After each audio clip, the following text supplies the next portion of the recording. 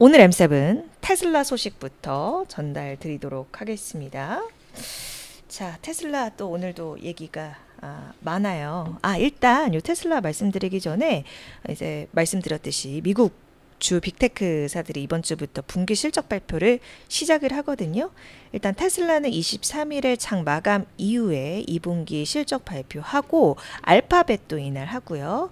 그리고 이제 30일에 메타, 마이크로소프트, 애플은 30일, 그리고 엔비디아는 한 달 뒤에 이렇게 실적 발표를 하는데, 오늘 M7 소식은 이 근래 또 실적 발표 앞둔 기업들 그 실적 발표 이후에 어떤 부분들 체크하면 좋을지까지 말씀을 드리도록 하겠습니다. 자, 오늘 첫 번째 테슬라 소식은 최근에 그 주요 테슬라 고위 임원들, 책임자들이 회사를 떠나가고 있다는 소식은 이 시간 통해서 여러분이랑 같이 공유한 적이 있는데, 이렇게 줄줄이 퇴사가 이어지다 보니 중요한 판매 부분을 맡을 사람은 필요하고, 여기에 그래서 어떤 한 사람이 들어갔는데요. 이 사람이 기술직 출신 임원이래요. 그래서 외부에는 사실 그렇게 막 회자됐던 인물은 아니라고 합니다. 라즈 제가나탄이라는 사람인데, 이 사람이 13년 동안 테슬라에서 근무를 하면서 IT랑 데이터 관련 업무를 담당했던 사람인데, 최근에 판매 책임자로 임명이 됐다라는 소식입니다. 여러분, 그 북미나 유럽 쪽 시장 생산 운영 최고 책임자도 나갔고요. 그리고 뭐 북미 쪽 인사 책임자도 나갔고, 휴머노이드 로봇 옵티머스 개발하던 코박 부사장, 밀란 코박 부사장, 이 사람도 막 나갔죠. 이러다 보니까 지금 머스크가 자르는, X 쪽은 그렇고요. X 쪽은 그렇게 자르는 사람도 있지만, 뭔가 테슬라 내부의 분위기가 심상치 않기 때문에 자발적 퇴사도 이어지고 있다. 이거 테슬라의 심각한 위기가 아닐까? 심각한 위기로 대두되지 않을까라고 지금 외신 쪽에서는 그런 식으로도 조명을 하더라고요.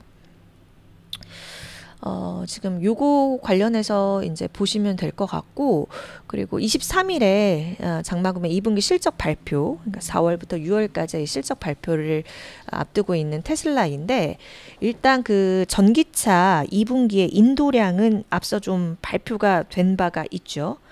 팩트셋이 집계한 내용인데, 전문가 전방치 38만 7천 대에 못 미치고 지난해 같은 기간 대비해서 10% 넘게 줄어들 것으로 지금 예상이 나오고 있습니다. 이제 더 중요한 것은 머스크의 입입니다. 오스틴에서 로보택시 서비스를 시작을 부분적으로 했기 때문에 요거 향후 계획을 주목해야 될 것 같아요.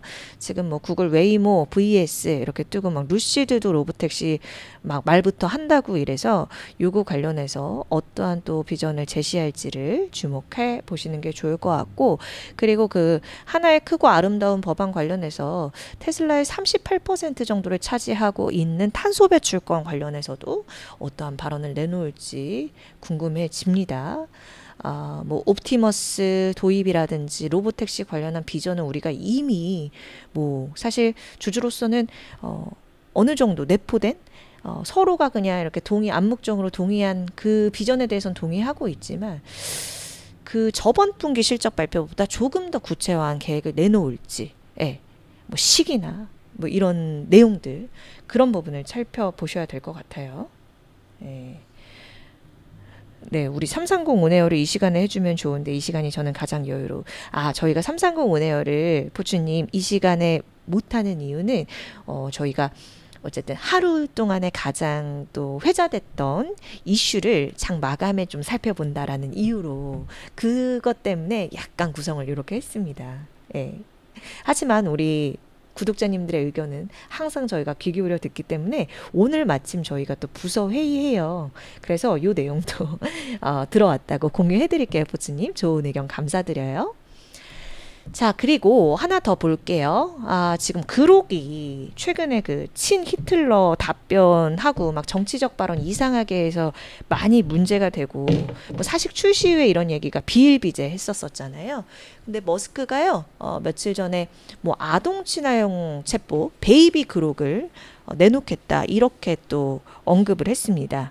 이게 어떤 시점에 나온 거냐면, 며칠 전에 무슨 대화형 뭐 그 그룹의 어떠한 서비스를 발표를 했는데 뭐 캐릭터 이미지도 같이 이렇게 보여주고 했는데 그게 굉장히 선정적인 모습이고 대화의 내용도 약간 선정적으로 이끌어지면서 이게 또 논란이 됐거든요.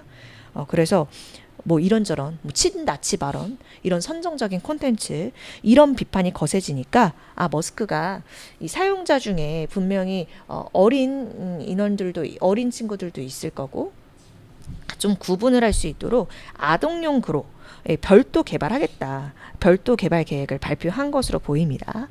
근데 요 베이비 그룹 관련해서는 아직 뭐 출시 시기랑 세부 내용 같은 거는 정해지지 않은 상태이고요. 자, 그리고 지금부터 전해드릴 내용은 조금 가볍게 들으셔도 됩니다. 일단 그 머스크가 최근에 또 트럼프 관련해서 이야기를 하고 있는 게 제프리 앱스타인 내용이죠. 저 포추님 그렇지 않아도 들어오시면 저 이거 여쭤보려고 했어요. 그 미국 언론에서나 현지에서는 지금 앱스타인 관련해서 얼마나 강도 높게 얘기를 하고 있나요? 폭스 쪽에서는 아무래도 조금 적을 것이고 요 진보 언론 매체나 아니면은 현지에서는 어떻게 얘기가 되고 있나요? 이 내용을 제가 좀 말씀을 드리려고 해요. 사실 이제 트럼프랑 머스크 갈등 얘기 말씀을 드렸을 때 트럼프랑 머스크가 어떠한 뭐 목적을 가지고 둘이 짜고 치는 내용이다 이런 댓글도 우리 구독자님께서 남겨주셨던 걸로 제가 기억을 하거든요. 근데 지금 시점에서는 어떻게 보고 계실지도 좀 궁금한데 이게 지금 머스크가 특별공무원으로 일하고 나서 백악관에서 나올 때쯤부터 이 트럼프 핵심 공약 포괄한 이 하나의 크고 아름다운 법안 이걸 공개적으로 비판하면서 둘의 사이가 좀 안 좋아지고 이 갈등 조짐을 스물스물 표출이 됐었었는데 그러면서 트럼프가 머스크가 소유한 회사 그 연방 정부 계약 체결할 수도 있다 막 그런 식으로 대응을 했었는데 실제로 주말에 월스트리트 저널 보도 나온 거 보니까 트럼프 대통령이 실제 이 머스크의 회사 특히나 스페이스 X 정부 계약 철회를 시도했던 정황이 밝혀졌습니다. 근데 일단 이게 불발이 된 것이 그때도 불발되고 현재도 좀 긴밀한 관계를 스페이스 X랑 연방정부가 가지고 갈 수밖에 없는 게 뭐 정부가 자체적으로 조사하고 판단을 했을 거 아니에요. 근데 이 로켓 발사 부문이라든지 위성 인터넷 제공 서비스라든지 스페이스 X가 독보적이기 때문에 뭐 백악관, 나사, 국방부 이런 연방 기관이 스페이스 X랑 계약을 철회할 수 없다라는 결론을 내린 것으로 보이기는 합니다. 뉴욕 등에서는 트럼프에게 사람 관리하라고 하는데 쪼개졌다고 보는 게 정설이다. 이 말씀을 하시는데 이제 제가 말씀드릴 내용이랑 연관이 되는 것 같아요. 왜냐하면 이게 지금 사실 저는 이 제프리 앱스타인 관련해서 넷플릭스에서 혹시 다큐 영화도 있잖아요. 저는 이거 좀 거북할까봐 손은 못 대고 있거든요. 이 사람이 여러분 너무 잘 아시겠지만 한번 설명을 드리면 그 미성년자 성매매 혐의로 체포가 돼서 2019년에 수감하고 있다가 극단적 선택해서 뭐 세상을 떠난 사람이긴 합니다. 근데 이 앱스타인 스캔들 나왔을 때 트럼프뿐만이 아니라 뭐 전 대통령, 정재계, 연예계 유명 셀럽들 막 엄청 엮여 있다고 해서 의혹은 지금까지도 계속적으로 제기가 돼 있습니다. 근데 문제는 뭐냐면 올해 초에 2월경에요. 트럼프 대통령이 임명한 펜 본디 법무장관이 앱스타인 성매매 리스트를 지금 내 책상에서 들여다보고 있는 중이라고 말한 것이 이제 단초가 되면서 일이 커진 거거든요. 그러니까 뭐냐면 리스트가 존재한다라는 걸 이제 암묵적으로 증거가 없다. 그러면서 법무부나 이쪽에서는 그러니까 부정을 해왔던 거죠. 근데 이걸 법무장관이 리스트를 들여다보고 있다. 이러니까 충돌하면서 논란이 된 거죠. 아마 그래서 포추님께서도 트럼프한테 사람 관리하라라고 얘기하는 게 뭐 이런 내용들인 것 같아요. 지금 말씀 주신 그 채팅 내용이요. 그래서 막 트럼프 지지층 내부가 이것 때문에도 장관을 해임해라, 말아라, 사람 관리하라 이러면서 갈등이 커졌던 거거든요. 문제는 머스크가 이걸 이제 거들면서 그리고 최근에도 강도 높게 좀 거들고 있어요. 그래서 막 X에 막 직접 요 앱스타인 관련한 내용을 트럼프랑 연계된 내용을 쓰거나 재공유를 한 건이 한 그 트윗 건이 한 35건 정도 된다고 합니다. 예, 그래서 이런 지금 뭐 이 스캔들 관련해서 트럼프의 대응 방식을 공개적으로 비판하면서 계속 언급이 되게끔 하고 있습니다. 근데 뭐 정당한 문제 제기라면 당연히 문제는 없다고 생각을 하는데, 다만 머스크가 이렇게 단순한 좀 음모론 재생산자의 이미지로 되는 게 테슬라에는 득이냐? 당연히 아니겠죠. 예, 물론 트럼프랑 뭐 정치적인 이해관계, 개인적인 이해관계 섞여 있다라는 것도 뭐 선의보다는 정력적인 움직임으로 보여질 것이기 때문에, 그렇게 해석될 여지가 크기 때문에 과연 테슬라의 머스크의 이런 행보가 좋게 해석이 될까, 이런 부분에서 저는 좀 우려가 되더라고요. 포추님께서 이런 얘기 남겨주셨습니다. 돈과 인맥인데 머스크가 이 두 가지를 갖고 있어서 팽 당하는 것은 어렵다. 네, 좋은 의견이십니다. 자, 이렇게 첫 번째로 약간의 가십성 이슈와 함께 테슬라 뭐 체크 포인트들 짚어드렸고요. 다음으로는요, 엔비디아 얘기 보도록 할게요. 짧습니다. 한때 엔비디아 CEO 젠슨 황이 올해만 해도 3번째 최근까지 이제 중국을 방문했었는데, 앞서 방문했던 내용이에요. 그 영상 지금 보여드리고 있어요. 지금 중국의 AI 칩 H20 판매 하는 거 다시 허용이 됐는데, 재개를 할 수 있는 여건은 마련이 됐지만 제한적 공급이 될 수 있다는 분석이 나오더라고요. 미국 IT 전문 매체 이 외신 통해서 전해진 내용인데요. 그러니까 엔비디아가 지난 4월에 이제 수출 금지 조치되면서 기존 고객 주문을 일정 부분 취소를 했다. 그리고 TSMC에도 예약했던 생산 요청을 철회를 하면서 이번에 수출 재개가 됐어도 곧바로, 그러니까 생산과 수출, 이 공급을 그만큼의 양을 할 수가 없다라는 분석이 제기가 된 겁니다. 그러니까 TSMC도요, 이 해당 생산 라인을 이미 다른 고객용으로 전환을 했다.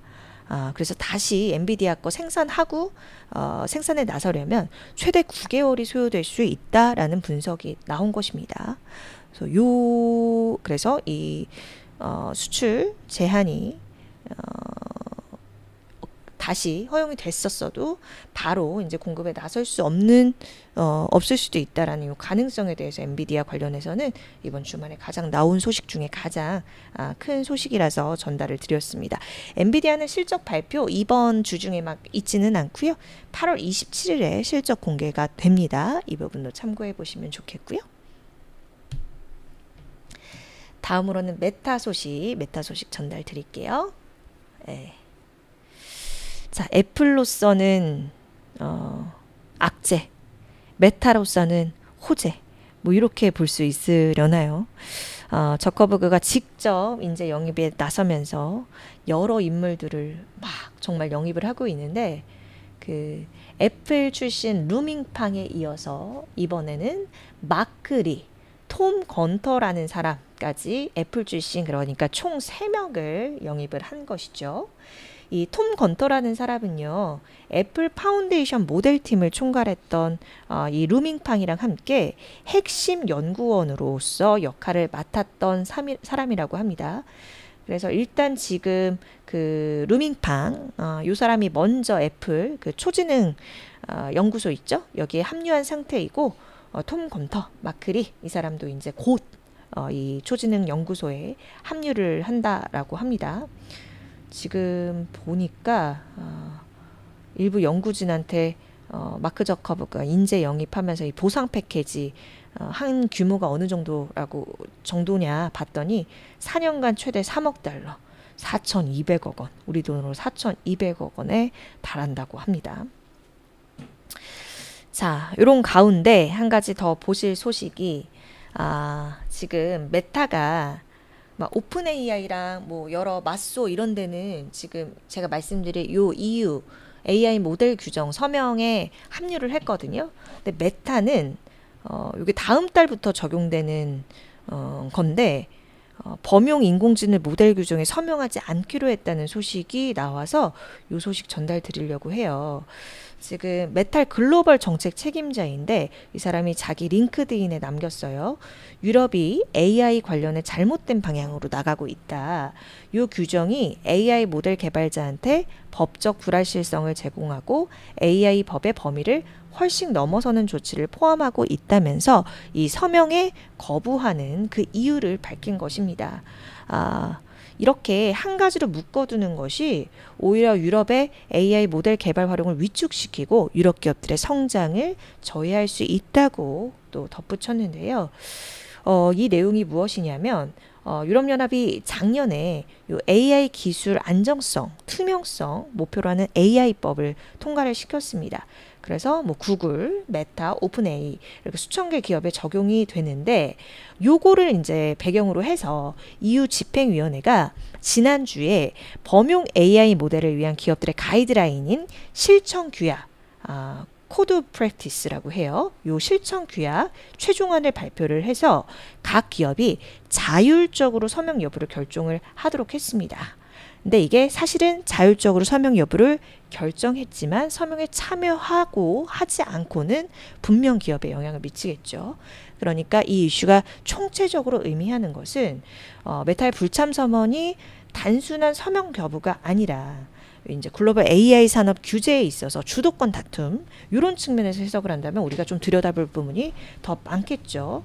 그러니까 유럽 연합 쪽에서는 AI 윤리라든지 안정성 이것을 앞세워서 포괄적 AI법 제정을 그 주도권을 가져가려고 힘을 가져가려고 하는 것이고 그렇지만 뭐 메타 같은 경우에는 이 규제가 법적 불확실성을 야기한다. 기술 혁신을 위축시킨다. 이렇게 비판에 나서고 있는 거죠.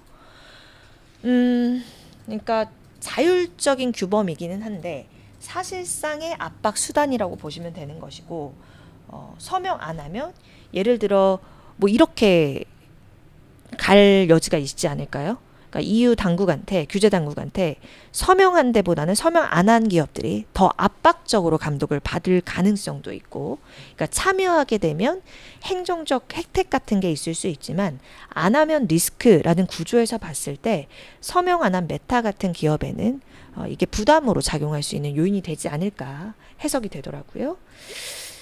그래서 단기적으로 보면 요 규제 부담을 단기적으로는 피하려는 메타의 전략적인 판단일 수 있겠지만 중장기적으로는 EU 시장 내에서 어찌 보면 입지 축소에 대한 변화를 가져올 수 있는 요인이라는 것 그리고 어쨌든 규제 당국이랑 계속 메타가 부딪히다 보면 정치적인 리스크가 좀 커질 수 있다라는 부분에서는 메타의 주주로서는 메타를 살펴보시는 분들 입장에서는 좀 체크해 보실 포인트가 되지 않을까 싶어서 이 이슈 마지막으로 준비를 해드렸습니다. 자, 오늘 M7 소식은 여기까지 살펴보도록 할게요.